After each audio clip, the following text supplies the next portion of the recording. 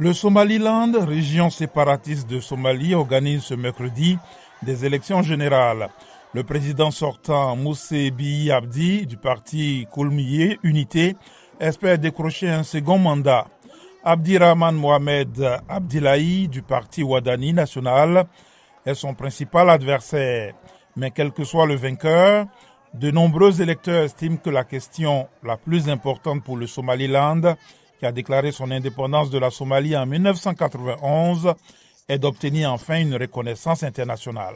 Nous envoyons un message à la communauté internationale pour qu'elle reconnaisse notre pays. Le Somaliland est doté d'un gouvernement pleinement opérationnel. Il y a des partis politiques, une monnaie. Il est différent de la Somalie. Il est stable, c'est un pays démocratique. Actuellement, aucun pays ni organisme international ne reconnaît le Somaliland comme une nation indépendante. Mohamed Abdirahman, analyste basé à Hargeisa, la capitale du Somaliland, affirme que les candidats sortants et ceux de l'opposition ont des approches très différentes.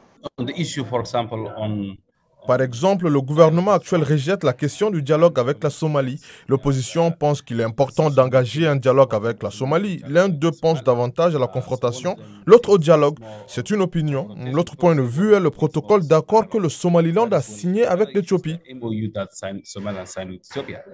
Le protocole d'accord signé en janvier 2024 donne à l'Éthiopie, pays enclavé, accès au littoral du Somaliland et à une base militaire côtière.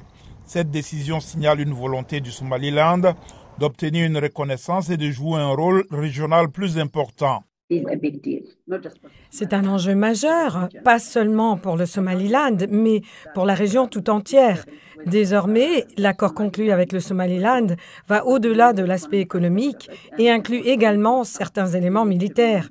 L'espace maritime de la mer Rouge est un espace maritime très important, pas seulement pour cette région, mais pour le monde entier.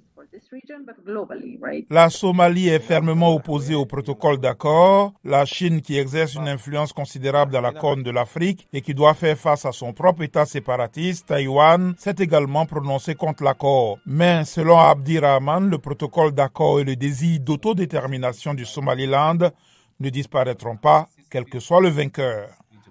Cela ne fait aucun doute. Tous les candidats à la présidence du Somaliland estiment que le Somaliland a droit à l'indépendance.